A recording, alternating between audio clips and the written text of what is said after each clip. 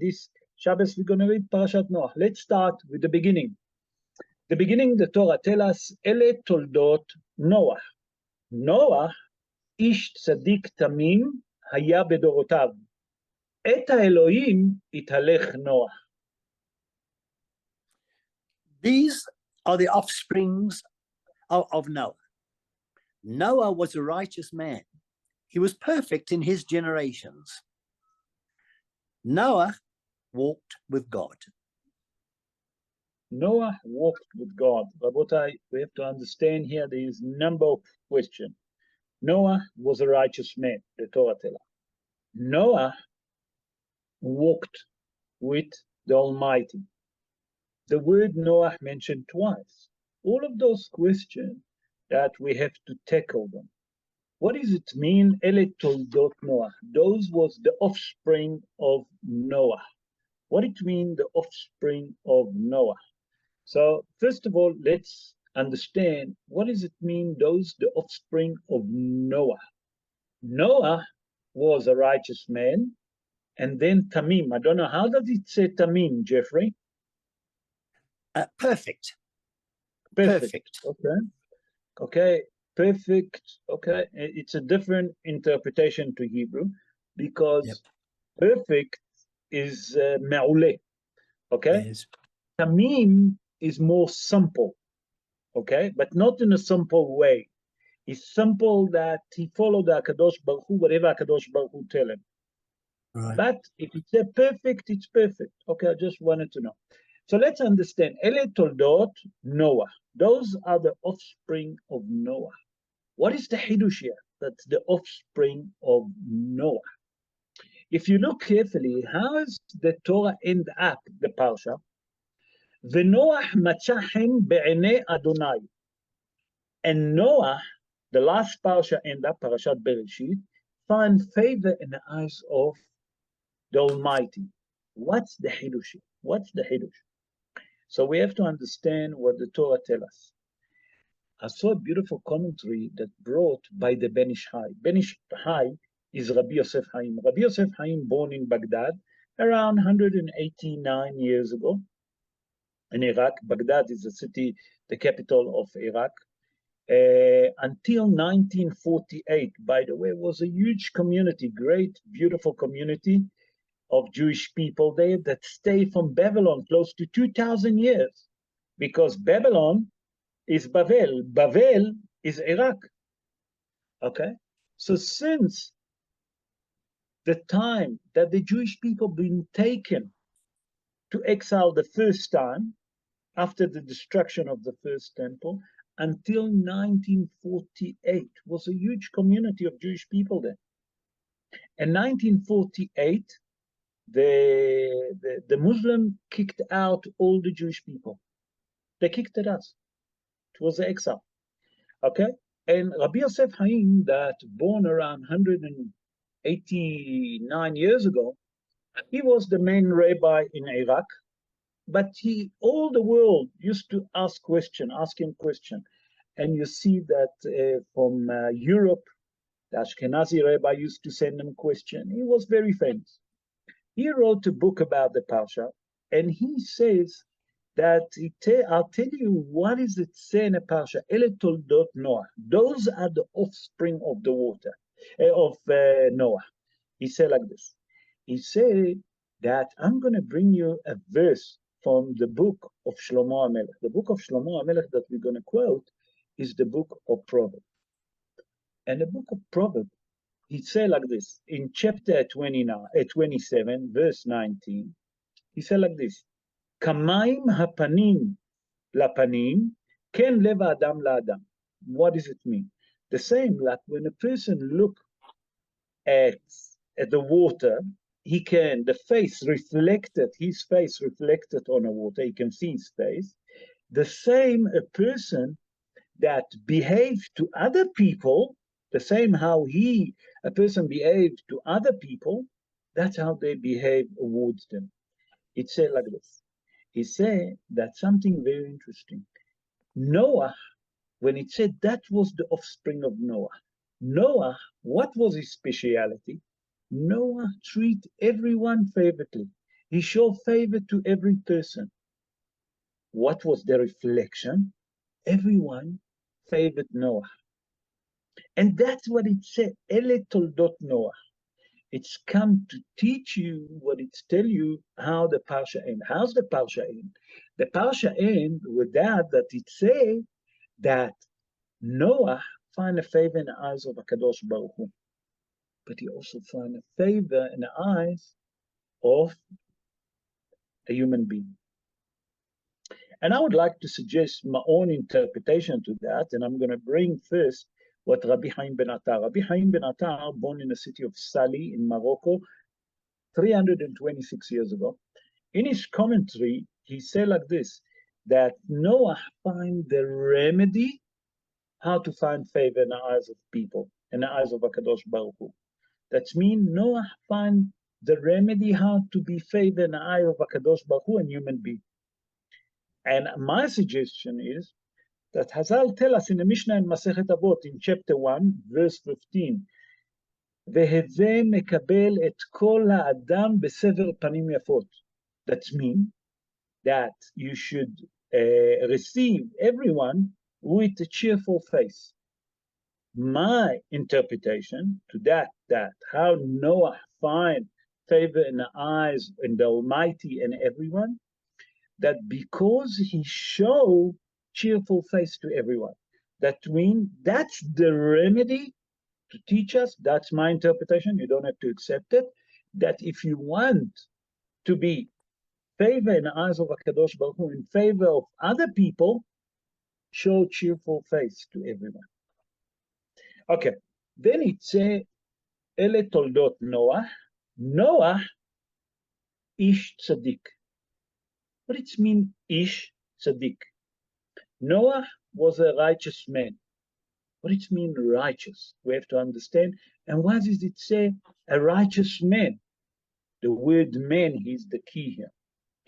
So I saw a beautiful commentary that brought by the Zohar HaKadosh. The Zohar HaKadosh on our Parsha explained that actually Noah was from the soul of Moshe Rabbeinu. That means Moshe Rabbeinu was a reincarnation of Noah. And come the Ari HaKadosh, Rabbeinu Ari HaKadosh, and he said like this, and he says that the soul of Moshe Rabbeinu, whatever Moshe Rabbeinu had with his life, happened also with Noah. Whatever happened with Noah happened with Moshe Rabbeinu. That's Ari HaKadosh, Rabbi Yitzhak Luri Ashkenazi. He born in Jerusalem. He born around 489 years ago. And in his commentary on this verse, he explained, let me show you that the soul of Moshe Rabbeinu and the soul of Noah was the same soul. Okay. Say Ari HaKadosh like this. Noah have to go to the Teva. Moshe Rabbeinu also have to go to the Teva when he was a little boy. Noah been saved by the Teva. Moshe Rabbeinu been saved by the Teva. Otherwise, they will drown him. The Egyptian will drown him. Noah, if he wouldn't go to the Teva, he would die in a flood. Noah have to separate from his wife for those 12 months that he was in the Teva. Moshe Rabbeinu also has to separate from his wife. Say the Ari HaKadosh, from here you learn that Moshe Rabbeinu, the soul of Moshe Rabbeinu and the soul of Noah is the same soul. Also, we see something very interesting. In Sefer Shmot, in chapter 32, verse 32, what did Moshe Rabbeinu say to HaKadosh Baruch Hu? Imna mehenina misifrecha asher katafta. If you're planning to wipe off the Jewish people, erase me from your own book that you wrote. The word mehenina, say the Mefarshim, take the word mehenina. When I say the Mefarshim, that's Ari HaKadosh, Rabbi Yitzhak Luri Ashkenazi. He said, twist the word around, change the word around, and you get the word minoah hani, meheni na. Minoah Ani. I'm from the same soul of Noah. Say Ari Kadosh, I'll bring you another proof from the Torah that Moshe Rabbeinu was the same soul of Noah. In Sefer Shmot, in chapter 33, now verse 13, a bit further, it says there, Imna matzati hen be'enecha. Moshe Rabbeinu say, if I find a favor in your eyes. What did it say, hen? Hen, if you take the word hen, it's mean Noah. Change the letters around. Nun, hen is het nun. Nun, het. Noah. Here Moshe Rabbeinu say that, hinting to us that his soul is from the soul of Noah. That's how Ari Kadosh explained that Noah and Moshe Rabbeinu have the same soul. Then we say something very interesting. Ele toldot Noah. Noah. Twice the word Noah mentioned, one after each other. Why does the Torah have to tell us Ele toldot Noah? Noah ish tzaddik. The Torah can tell us Ele toldot Noah. Ish tzaddik tamim haya bedorotav. No, the Torah repeat the word Noah twice. We have to understand why is the word Noah been written twice in the Torah, because nothing in the Torah, been written for nothing. So one of the interpretations that the Mefarshim bring, that Noah, not only that he find favored in the eyes of HaKadosh Baruch Hu, he was favorite, also people favored him. That means that Noah was comfortable, he was pleasant to the people here on earth and to the Almighty. That's why it said twice. Another interpretation that the Mefarshim bring, that Noah merit to have two things. The one, that Noah was a tzaddik, he was a righteous man. But also Noah was a rich man, that we know. And usually a tzaddik and rich doesn't go together.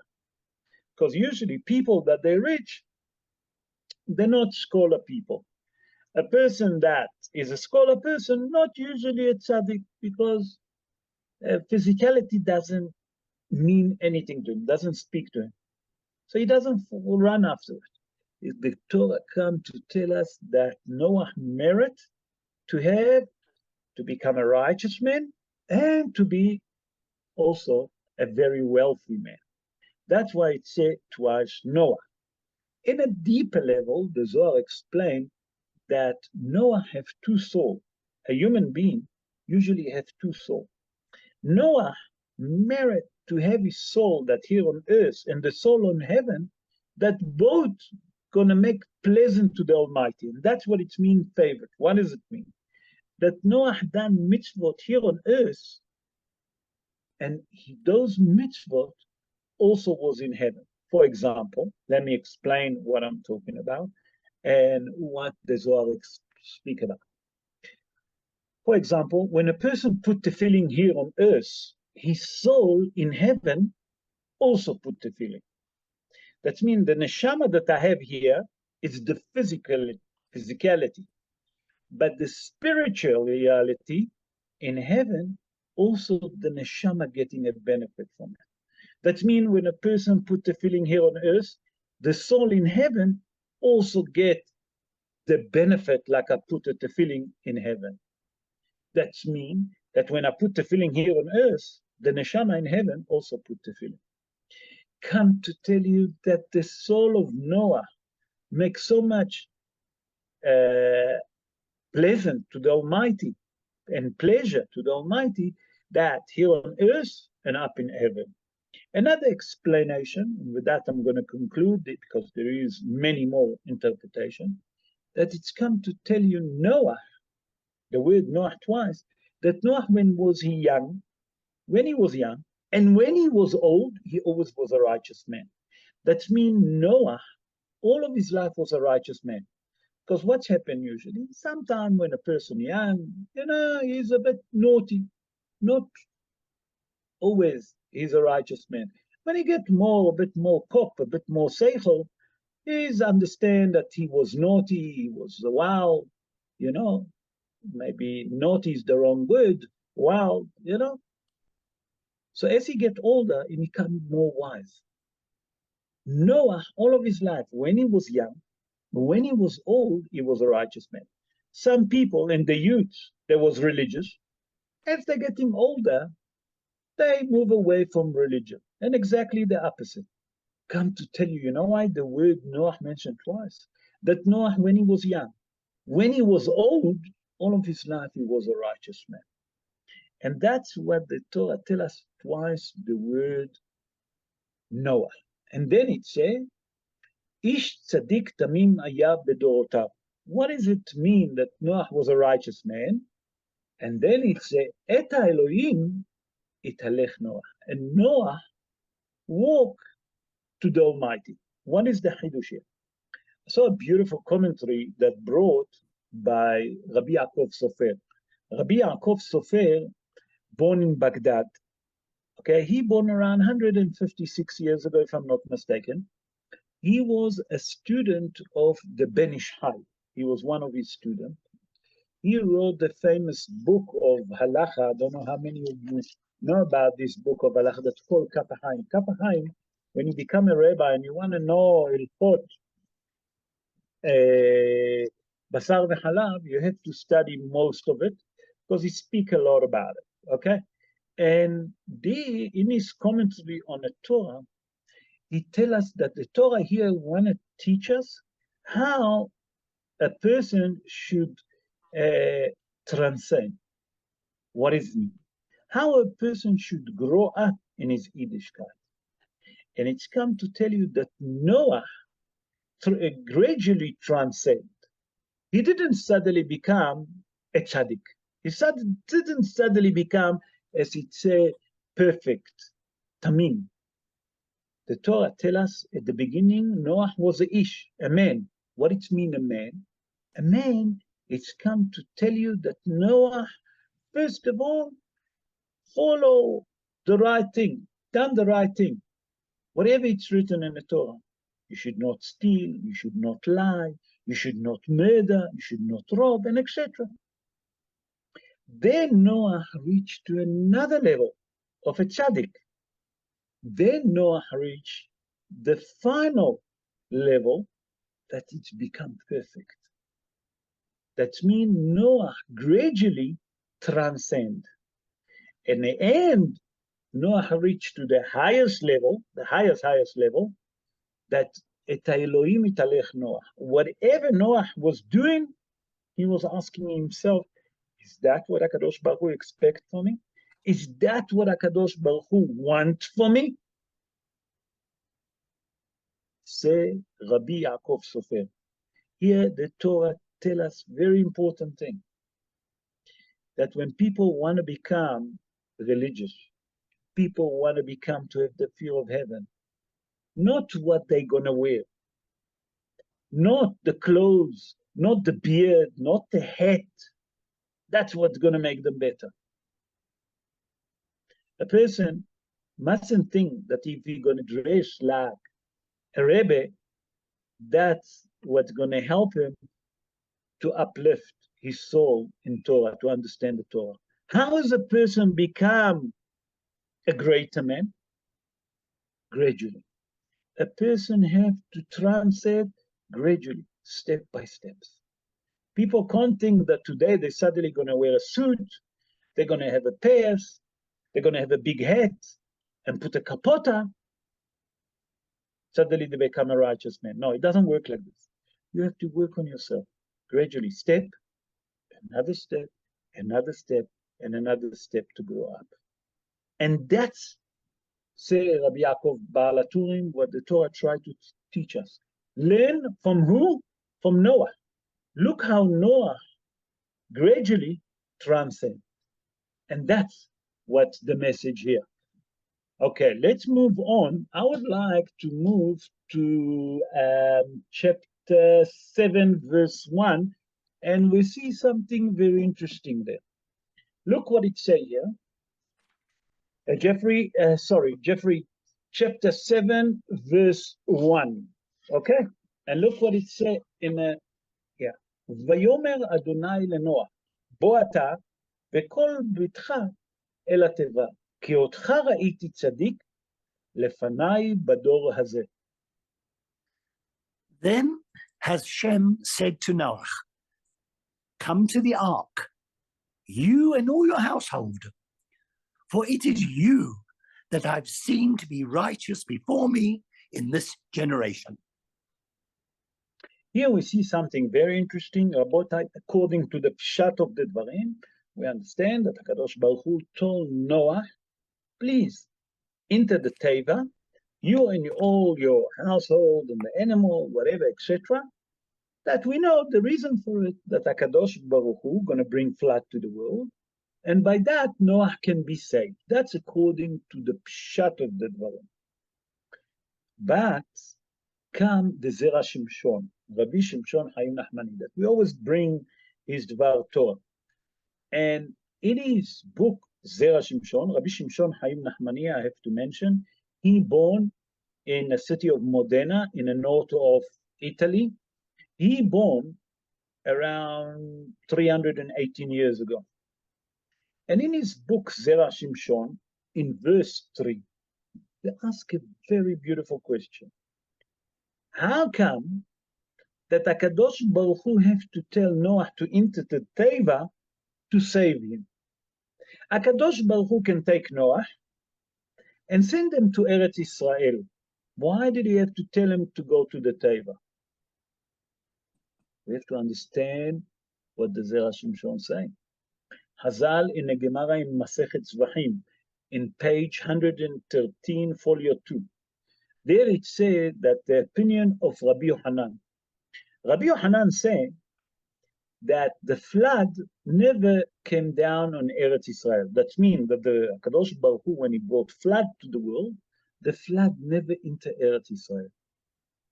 Say the Zera Shimshon, in that case, why did HaKadosh Baruch Hu have to tell Noah, listen, enter you and the member of your family, okay, and the animal?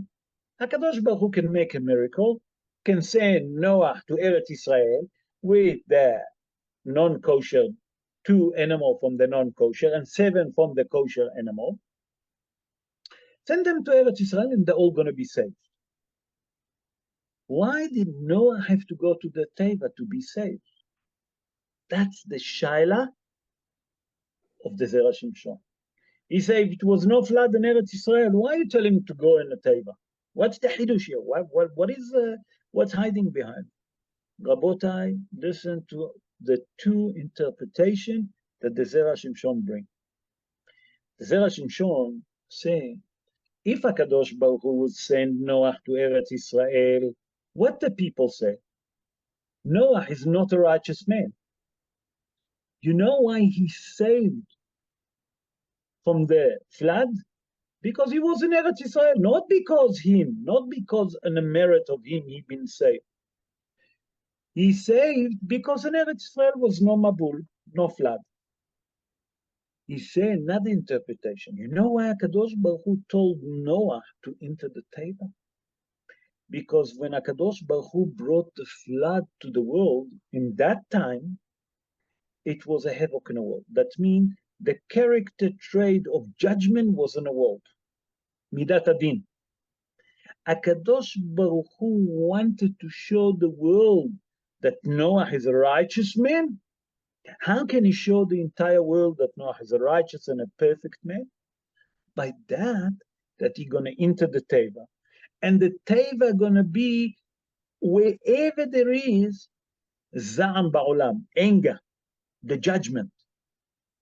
And HaKadosh Baruch Hu going to protect Noah and those inside the ark from all what's happening in the world. That's the main reason, said the Zera Shimshon, why did HaKadosh Baruch Hu said to Noah, enter the Teva. And now we can understand what the verse tells us.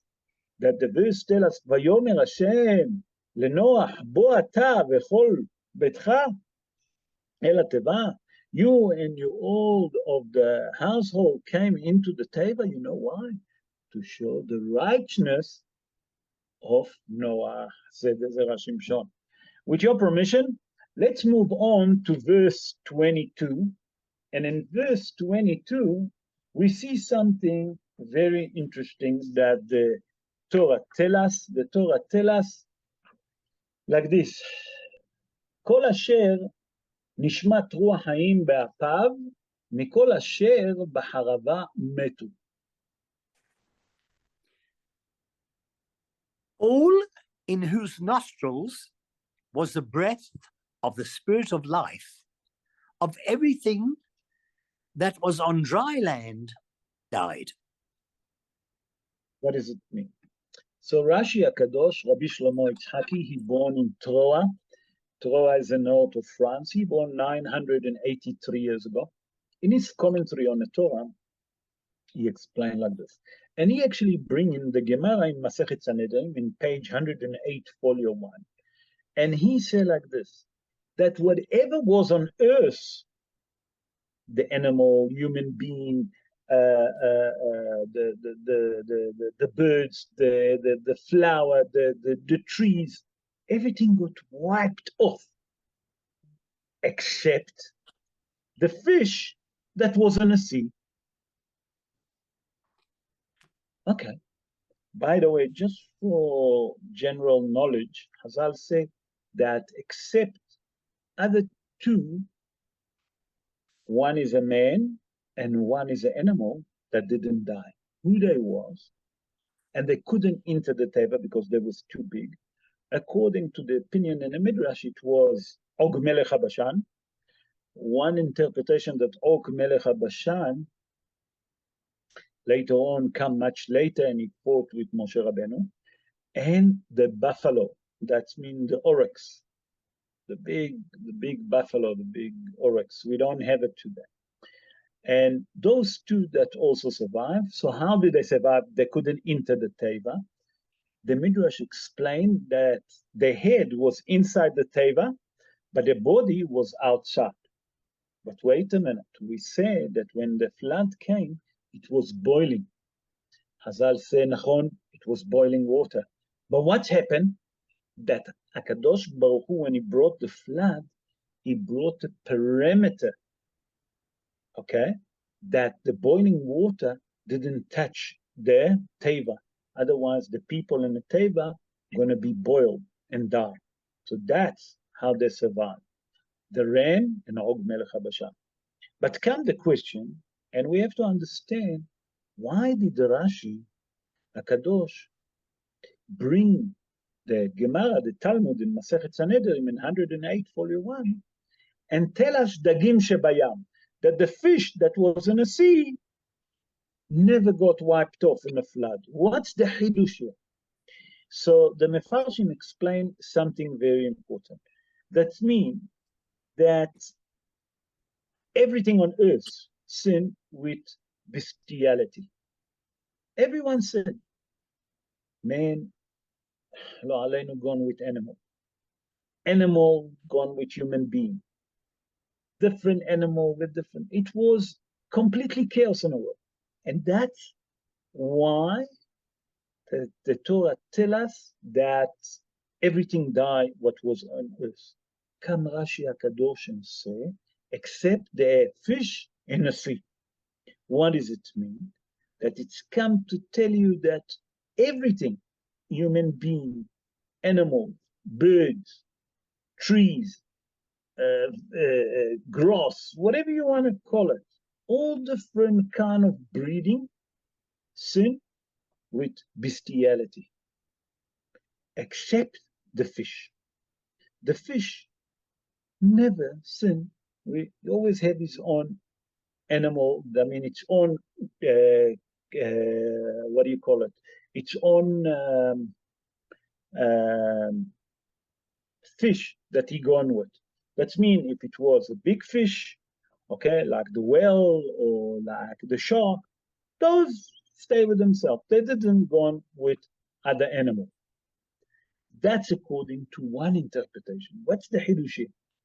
The Mefarshim say that you know why the fish never sin in bestiality? say like this, because in Sefer, in Parashat Bereshit, in chapter 1, in verse 22, what does it say there? Vayivarech otam Elokim, and the Almighty blessed the fish, לאמור, פרו ורבו ומלאו את המים בימים. That means multiply and fill up the water in the sea. That means from here we learn, okay, that the fish never change his kind. He always gone with fish. The Radbaz, it's Rabbi David ben Zimra. Rabbi David ben Zimra, born around 544 years ago. He born in Spain. And he lived during the exiles from Spain. And when he been exiled from Spain, they gone to Egypt. By the way, he was the rabbi of Maran Rabbi Yosef, Rabbi Yosef Karo, that wrote the Shulchan Aruch. And he says something very interesting. He says, we have a mitzvah to eat on Shabbos fish. He said, you know why dafka fish? He said, I'll tell you why dafka fish. We know that according to the Kabbalah, the soul of the tzaddikim get reincarnate in a fish.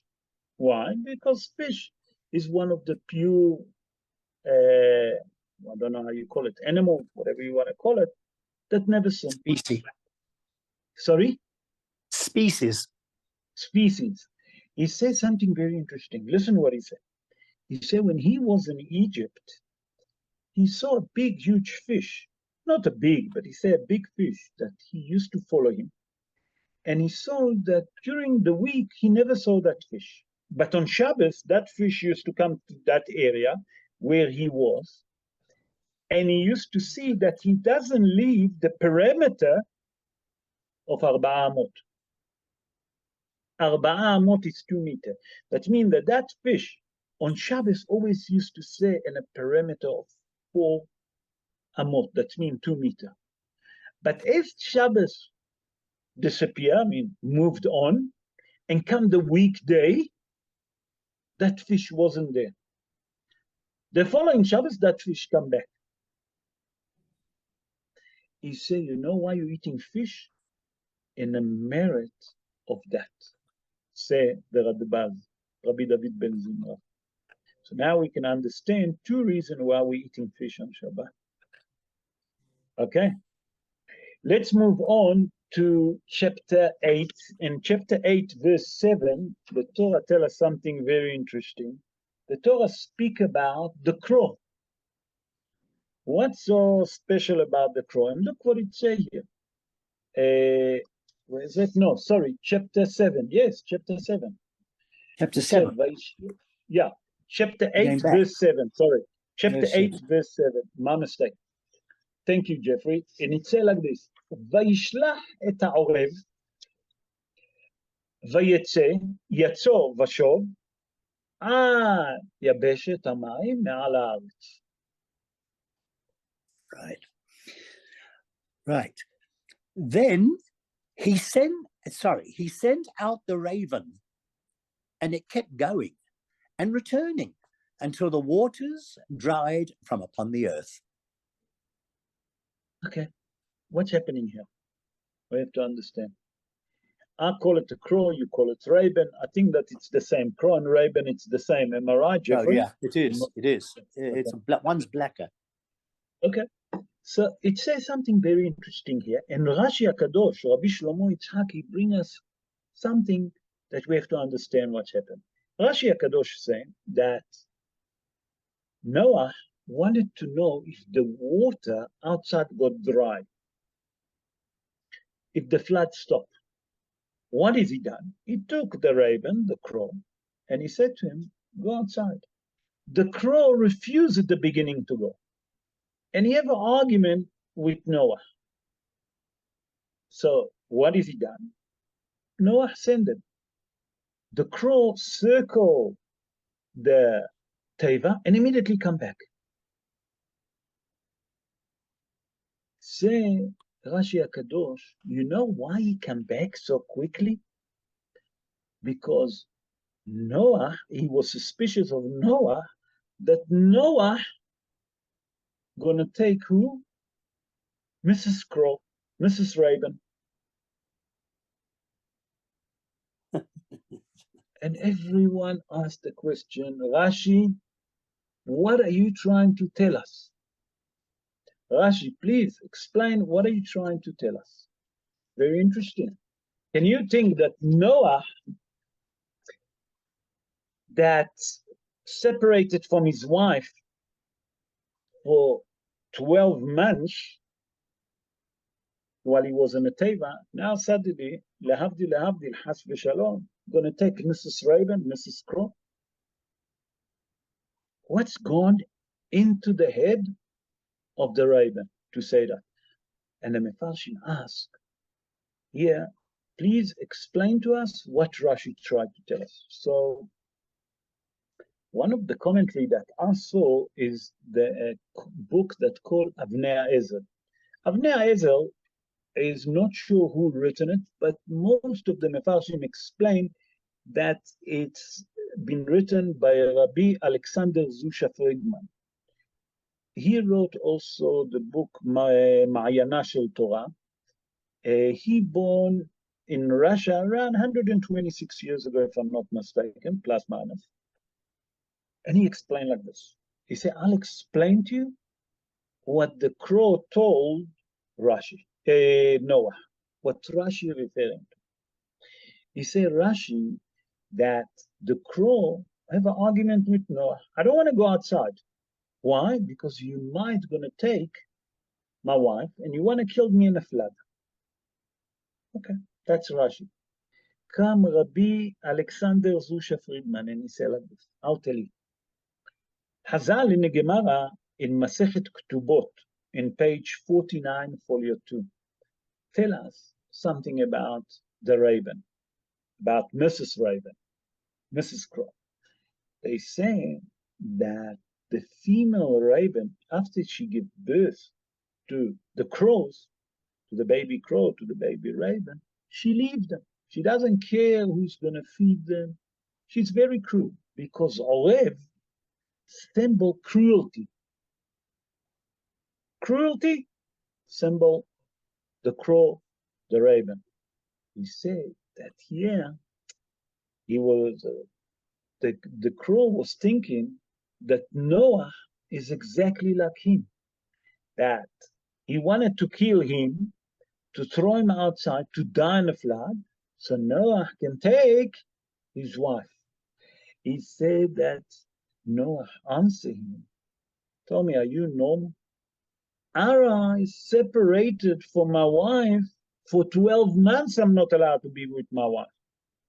You think that I'm going to be with your wife? What's wrong with you? But the crow cannot understand that. Why? Because the crow symbol cruelty. And maybe that's why they call it also a crow. Cruelty and crow, maybe it's the same. That came to me right now. So that means that the raven was thinking that Has v'shalom Noah wants Mrs. Raven. You understand? That's how Rabbi Alexander Zusha Friedman explained that. Okay, so now that we understand what Noah tell us, because Hazal in the Gemara in Masechet Ketubot, in page 49, folio 2, said that the crow represent cruelty. That as the baby born, the mother leaves them and she doesn't care who's going to feed them, what's going to happen with them, just dump them. Amazing, amazing. That the crow that been fed, looked after for 12 months, look how ungrateful he is. Rabotai, I would like to suggest something that happened 11 days ago with our cousin, if we can call him cousin. We feed them. We looked after them. We supply them water, electricity, all the supply, medical, whatever you want. We give them jobs. And still they're cruel to us. And HaKadosh Baruch Hu does not like ungrateful people.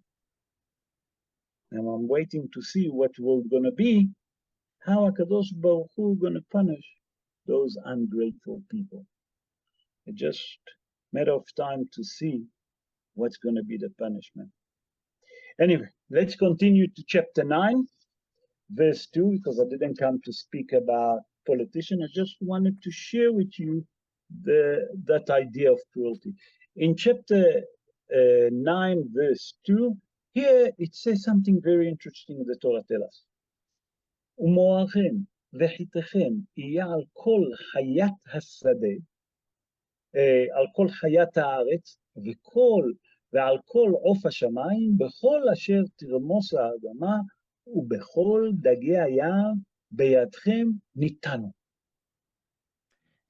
The fear of you and the dread of you shall be upon every beast of the earth, and upon every bird of the heavens, in everything that moves on earth, and in all the fish of the sea. In your hand they are given. Okay. Rabotai, what I'm going to tell you now, I saw it in a book that's called Tiferet Moshe. It's brought in the name of Rabbi Shlomo Cohen Horowitz. Rabbi Shlomo Cohen Horowitz, born 220 years ago, plus minus, in Poland.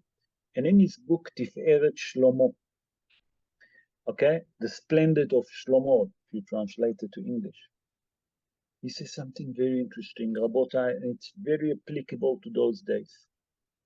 That if you want people to fear from us, it's mentioned in this. The remedy, the answer in this verse. ומוראכם וחיתכם יהיה על כל חיית הארץ ועל כל עוף השמיים, בכל אשר תרמוס באדמה, בכל דגי הים. If you want people, animal, birds, all kind of the animal in the sea, or any animal, any human being, to be fear of you, it depends on one thing. It depends what your fear of heaven. If a person have a lot of fear of heaven and is very careful with mitzvot, everyone gonna fear from him. The animal, the fear, all kind of species gonna be a fear of him. If a person is a righteous man and he have the fear of heaven and everything that he do, he said to himself, is that what HaKadosh Baruch Hu want me to do? If that's not what HaKadosh Baruch Hu doesn't want me to do, I'm worried, I'm not gonna do it. That's the remedy that animals, whoever on earth, whoever fly in a heaven, in the sky, whoever underneath the sea, all kind of species, gonna be fear from that man. So here, say Rabbi Shlomo Horowitz, Rabbi Shlomo Cohen Horowitz, he say, here's the remedy. You want the remedy? I'll give you the remedy. If you want people to fear from you, it depends on your fear of heaven. That's the remedy. Isn't that amazing? When I saw that, I say, if we have a bit of fear of heaven, who's going to come near us? Unbelievable. I would like to conclude in verse, let's end up in verse 3. It says something very interesting here, and we have to understand what the Torah tried to tell us. In verse 3, chapter 9, verse 3, כל רמז אשר הוא חי לכם, יהיה לאוכלה, כירק, עשב, נתתי לכם את הכל. Every moving thing that lives shall be food for you. Like the green herbage, I have given you everything. Okay. What does that verse tell us? So Chazal tell us in Talmud in Masechet Sanhedrin Nun Tet Amud Bet, that means 59 folio 2. Listen to that, Rabotai. Adam HaRishon was not allowed to eat meat. What is all of that generation eaten until after the flood? They was eating vegetables and fruit. Fruit and vegetables. Fruit and vegetables. Come the Mefarshim, and on top of them standing Rabbi Haim ben Attar.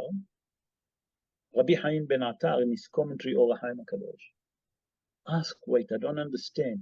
How come from Adam HaRishon until Noah came out of the Teva, no one was allowed to eat meat? After Noah came, after the generation of the flood, suddenly they're allowed to eat meat. What is the Hidush? One is Hazal tried to tell us in a Gemara, Masechet Sanhedrin, in 59 folio 2. What's the Hidush? Why Adam HaRishon, from Adam HaRishon, until after the flood, not allowed to eat meat.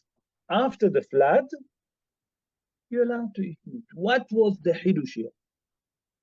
So said the Or HaHaim HaKadosh, Rabbi Haim ben Attar, he said like this. He bringing 3 answers. The first answer that he said like this.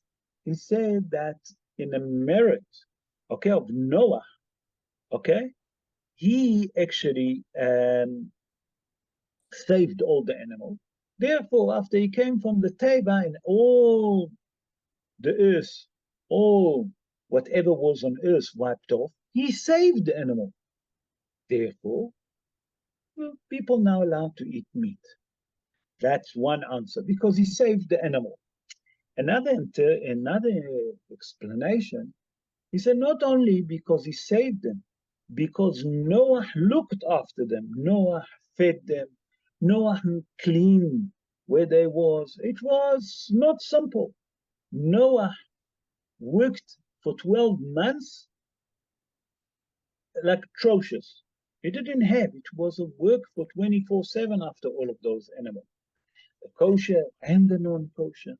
He saw in the merit of that, he entitled to eat meat. He said, I'll give you another interpretation. Noah, when he came out of the Teva, what has he done? He brought sacrifice to HaKadosh Baruch Hu from the kosher animal. And that's what he took 7 from the non-kosher animal. Not 2, like from the non-kosher animal. It's come to tell you something very interesting. It's come to tell you that by that he brought sacrifice that to HaKadosh Baruch Hu, and he sacrificed to HaKadosh Baruch Hu promised Noach what? That he's not going to bring any more flood to the world. In that merit, HaKadosh Baruch Hu allowed him also to eat those animals that he sacrificed. So from here we learn that before the flood, everyone was eating fruit and vegetable. But after the flood, becomes the permission to eat meat. And Be'ezrat Hashem, that Rabotai, it's 9 o'clock, it's our shi'ur, I'm not going to take any more. But it's come to teach us something very important. We learn today something very interesting. Noach ish tzadik tamim haya betorotav. Et ha'Elohim italech Noach. It's come to teach us that everything that we do, okay, in our life, everything that we have in mind, we have to remember that we have to see, is that what HaKadosh Baruch Hu wants for me? Is that what HaKadosh Baruch Hu expects for me to do? And if that's what HaKadosh Baruch Hu expects from us to do, that's what we should do. How important is it, Rabotai, that we should have the fear of heaven? That if we have the fear of heaven, we're not going to do avarot. If we're not going to do avarot, the entire world going to be fear of us. We have the fear on everyone.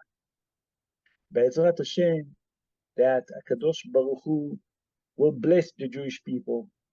Not only that, he will guard our soldier. in the north, in the south, wherever they are, the member of the security forces, if it's the police, the intelligence, and he will guard the member of the Jewish people in the states of Israel, outside the states of Israel. And HaKadosh Baruch Hu will send us Mashiach Tzidkenu speedily in our days, but with pleasant, not with Midat Adin. Be'ezrat Hashem, that we'll see Mashiach speedily in our days, in pleasant, and HaKadosh Baruch Hu will redeem us with no more casualty and bring peace and tranquility to the world. Amen. Ken Yeratzon.